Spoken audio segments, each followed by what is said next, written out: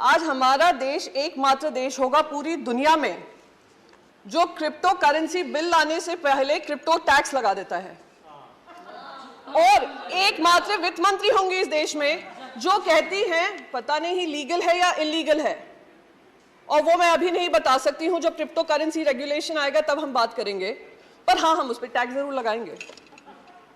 हम उस पर टैक्स भी लगाएंगे, हम उस पर टीडीएस भी लगाएंगे। और मैं जब माननीय एमपी को सुन रही थी, सर कुछ भी नहीं है, सर कुछ भी नहीं है। हाँ, जरूर लगा दूंगी सर, अगर आपकी अनुमति होगी। वित्त मंत्री बता दो दे लीगल है या इलीगल। जी, तो मैं यहाँ पर बस ये बात कहना चाहूंगी सर कि हमारा टैक्स भी लग गया उस पर, हमें ये भी नहीं पता कौन सा स्टेटस है उसका, एसेट क्लास है, क्या क्लास में उसके अंतर्गत किया गया है।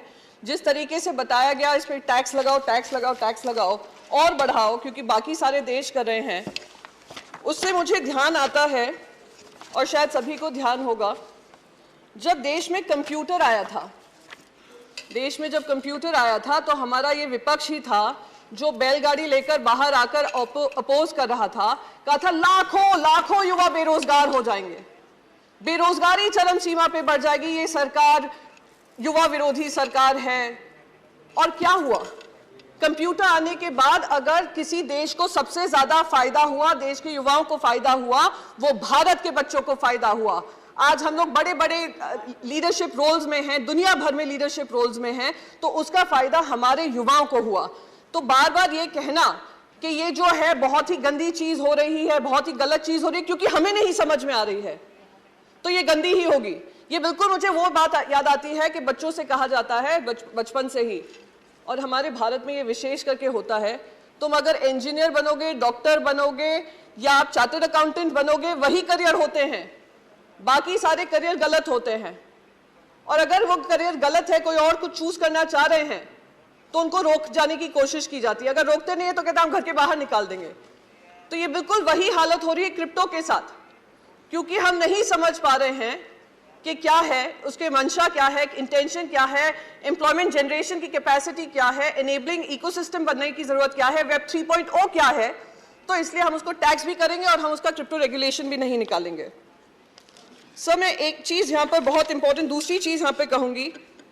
मैंने आपको कंप्यूटर का उदाहरण दिया, ऐसे ही इंटरनेट जब आया था, देश में ही क्या दुनिया में, हर डिस्ट्रप्टिव टेक्नोलॉजी आपको भी डिस्टर्ब करेगी, पॉलिसीज को डिस्टर्ब करेगी, और हमारी जिम्मेदारी बनती है कि हम उस टेक्नोलॉजी के आगे बनकर एक रेगुलेटरी फ्रेमवर्क बनाएं और इससे हम घबराएं नहीं।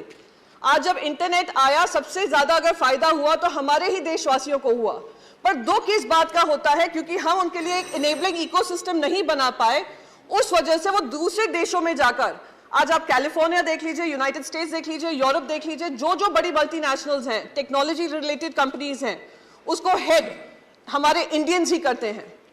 तो आज वही टैलेंट अगर हमारे देश में ऐसी कंपनीज बनाता तो क्या हमारे देश को फायदा नहीं होता? Sir, I will just conclude with just one last bit कि sir, we are living in the world of web 3.0. Either we choose to bite the bullet or we dodge the bullet.